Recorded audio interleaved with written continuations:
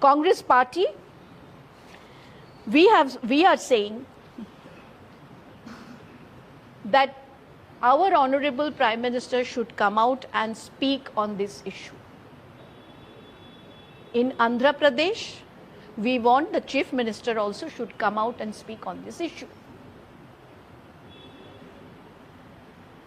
The Home Minister also should respond, because his office and PMO, they did this trustee members. They formed the trustee, and it was announced by none other than the Prime Minister of India in Parliament. Second, we want that all the trustee members, who have been there, Champat Rai, Anil Mishra and Govind Giri, they should be arrested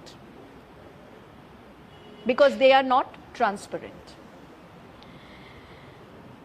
Third, we are asking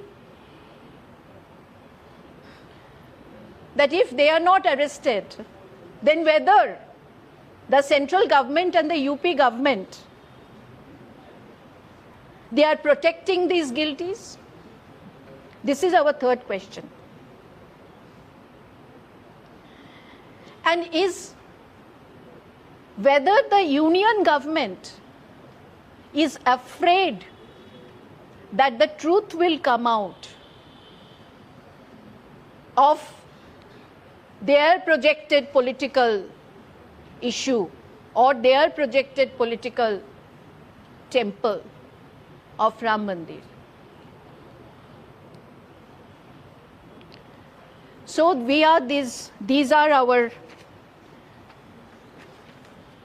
queries and asking, we are demanding this, these are our demand. And another demand is this: independent judicial inquiry under Supreme Court should happen. And immediately this trustee, Ayodhya Ram Mandir Tirtha Kshetra Trust, it should be dissolved and a new trust should come up in a very quickly, it should happen.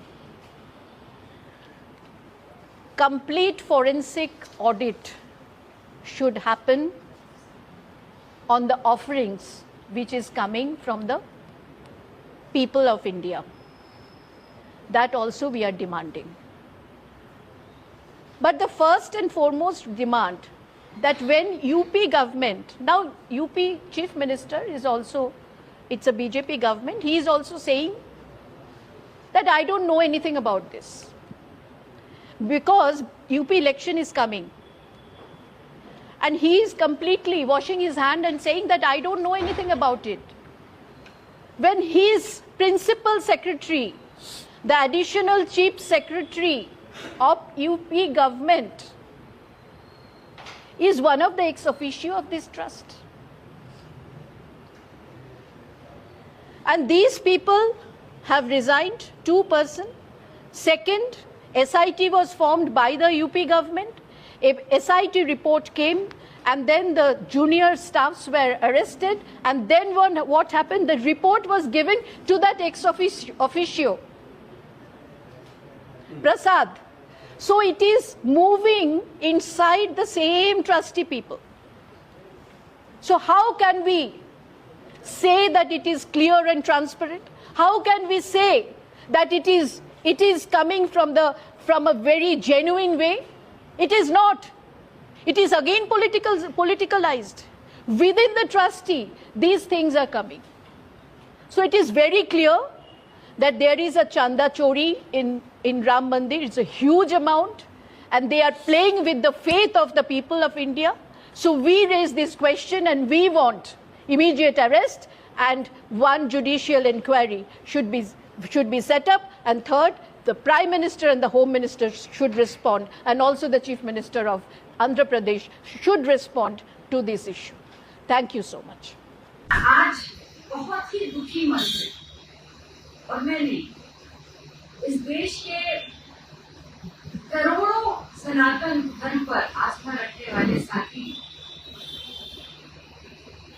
जिन्होंने इनकी आस्था प्रभु राम में, आज उनके ऊपर, उनके मन में जो दुख है वो अकल थी। जैसे मैं सनातन धर्म में विश्वास करती हूँ, प्रभु राम पे आस्था रखती हूँ, यहाँ पे भी बहुत सारे हमारे साथी होंगे, भले ही आप दूर हो, पर आस्था आपके ऊपर जरूर है।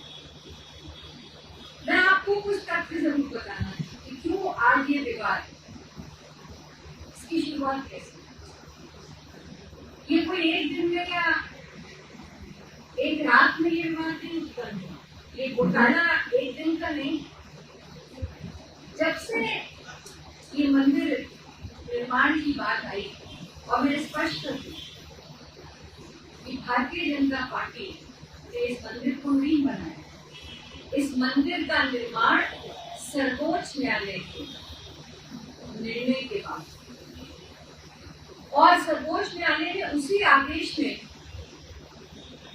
भारत सरकार को ये निर्देश दिया कि वो इसकी देखरेख, एक ट्रस्ट मंदिर का निर्माण और उसकी देखरेख के लिए समुचित व्यवस्था है। आपको याद होगा, आपने और पत्रकार साथी मेरे यहाँ बैठे कि जब इस मंदिर निर्माण का कार्य शुरू हुआ, इसी ट्रस्ट पे ये आरोप लगे कि जमीनें जो इस ट्रस्ट से जुड़े लोग थे वो सस्ती जमीनें खरीद रहे थे और महंगे दाम, 2 करोड़ की जमीन 18 करोड़ में बेची, कुछ लाख की जमीन कई करोड़ों में बेच रहे थे। कहने का तात्पर्य कि शुरू से ही, जब से इस मंदिर निर्माण का कार्य शुरू हुआ, तब से वहां पर बैठे जो ट्रस्ट में जो लोग थे उन्होंने घोटाले को अंजाम दिया। इसकी शुरुआत, इसको हम विपक्ष ने हमें पूरी ताकत से इसको उठाया। हम बेनकाब कर रहे हैं भगवान श्री राम के मंदिर में चढ़ावा और चंदा चोरों को। भगवान श्री राम के नाम के मंदिर में आ रहे चढ़ावे की चोरी कोई और नहीं, उस ट्रस्ट को जिसे 2020 में प्रधानमंत्री नरेंद्र मोदी जी ने बनाया था, उसमें 15 लोग प्रधानमंत्री नरेंद्र मोदी जी ने रखे, जिसमें से मात्र 6 लोग धार्मिक हैं। बाकी सब लोग कौन है? बाकी सब लोग सरकार से जुड़े हैं, विश्व हिंदू परिषद से जुड़े हैं, आरएसएस से जुड़े हैं, भाजपा से जुड़े हैं। पूरा ट्रस्ट का गठन प्रधानमंत्री नरेंद्र मोदी करते हैं। शिलान्यास प्रधानमंत्री नरेंद्र मोदी, भूमि पूजन प्रधानमंत्री नरेंद्र मोदी, ध्वजारोहण प्रधानमंत्री नरेंद्र मोदी। और जब वहां पर स्थापना हुई, तब जहां पर भगवान श्री राम जी की मूर्ति रख दी थी, कौन थे वहां? हमारे शंकराचार्य नहीं थे, उसमें खड़े थे मोहन भागवत आरएसएस के प्रमुख, उसमें खड़े थे देश के प्रधानमंत्री नरेंद्र मोदी, वहां उस समय खड़े थे राजनीतिक आदमी, मुख्यमंत्री उत्तर प्रदेश योगी आदित्यनाथ, वहां खड़े थे देश के गृह मंत्री अमित शाह, ये लोग, और विश्व हिंदू परिषद के चंपत राय, जिन पे भ्रष्टाचार के आरोप लगे, ये लोग खड़े थे। 2020 में ट्रस्ट बनता है और लोग, भावना जिनका धार्मिक है, वो भगवान श्री राम के दर्शन के लिए मंदिर पहुंचते हैं, लाखों करोड़ों रुपए का चढ़ावा आता है, क्योंकि लोगों की श्रद्धा भगवान श्री राम में। लेकिन इन्होंने क्या किया? ये पुजारी दिखा दिखा के व्यापारी बन गए। सब दिखा रहे थे हम भगवान श्री राम के भक्त हैं, पुजारी हैं, लेकिन ये व्यापारी बन गए। चंपत राय विश्व हिंदू परिषद के अंतर्राष्ट्रीय उपाध्यक्ष, यहाँ के महासचिव, जनरल सेक्रेटरी ट्रस्ट के बना दिए गए, सारा काम उनकी देखरेख में। और सबसे बड़ी बात, चुकाने वाली बात, 2 करोड़ में जमीन खरीदते हैं चंपत राय के आदमी। कितने में? 2 करोड़ में। और मात्र 10 मिनट के भीतर वो जमीन दोबारा बेच दी जाती है। किसको? चंपत राय के आदमी के द्वारा वही 2 करोड़ खरीदी गई अयोध्या की जमीन बेच दी जाती है। किसको? ट्रस्ट को। और कितने करोड़ में? 18 करोड़ में। 18 करोड़ में 10 मिनट के अंदर 2 करोड़ की जमीन 18 करोड़ की ट्रस्ट की हो गई, और ट्रस्ट ने 18 करोड़ दे दिए। ये हुआ है। बात सिर्फ ये नहीं कि चंदा जो आया उसकी चोरी हुई, चढ़ा मंदिर का निर्माण हो रहा था उसमें भी कमीशन खोरी की 40% कमीशन का खेल चल रहा था। भगवान श्री राम का भव्य मंदिर बनना है, ईंट आनी है, सीमेंट आना है, दरवाजे आने हैं, बहुत कुछ लगता है। जब एक इमारत खड़ी की जाती है तो भगवान श्री राम का मंदिर बनाया जा रहा था, सोने की ईंटें, चांदी की ईंटें आ रही थी और 40% कमीशन मांगी जा रही थी कि अगर आपको ये ठेका चाहिए, ये चाहिए, यहाँ दुकान चाहिए, क्योंकि मैंने कहा पुजारी से व्यापारी हो गया सारा, सब कमाई में लग गए, कोई श्रद्धा कोई भावना नहीं, सिर्फ खिलवाड़ था भगवान श्री राम की। कहते हैं ना, देते हैं भगवान को धोखा, इंसान को क्या छोड़ेंगे। यही भाजपा ने किया है। और प्रधानमंत्री नरेंद्र मोदी जी, आपने ट्रस्ट बनाया, आपने लोगों को रखा, आपके प्रिंसिपल सेक्रेटरी दीपेंद्र मिश्रा जी उसमें थे, आपके विश्व हिंदू परिषद आरएसएस के लोग थे। आपको पता नहीं था 2020 से 26 आ गया, 6 साल तक खेल चल रहा है, चंदा चोरी हो रहा है। आप एक चीज देखो, हम प्रधानमंत्री से जवाब मांग रहे हैं। प्रधानमंत्री से जवाब क्यों मांग रहे हैं? प्रधानमंत्री से जवाब मांगने का कारण, प्रधानमंत्री जी राम मंदिर का जब सुप्रीम कोर्ट के आदेश से निर्माण होने की बात आई, सुप्रीम कोर्ट ने सुझाव दिया कि इसका ट्रस्ट बनाइए, तो प्रधानमंत्री जी ने के निर्देश पर ट्रस्ट बना।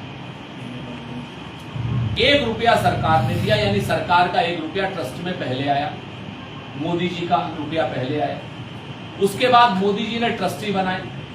ट्रस्टी कौन कौन बनाए? नृपेंद्र मिश्रा, धर्म से कोई लेना देना नहीं, चंपत राय, धर्म से कोई लेना देना नहीं, अनिल मिश्रा, धर्म से कोई लेना देना नहीं। तो ये ट्रस्ट जो है, जब भारतीय जनता पार्टी का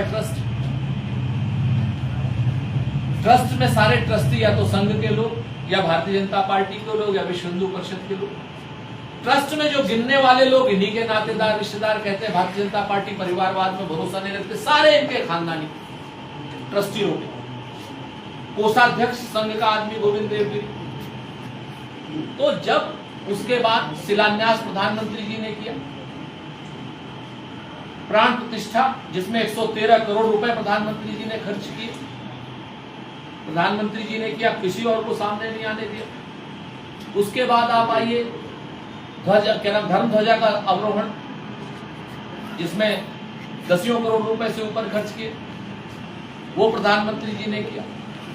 तो जब सारी चीजें, सारा श्रेय प्रधानमंत्री नरेंद्र मोदी जी ने लिया है,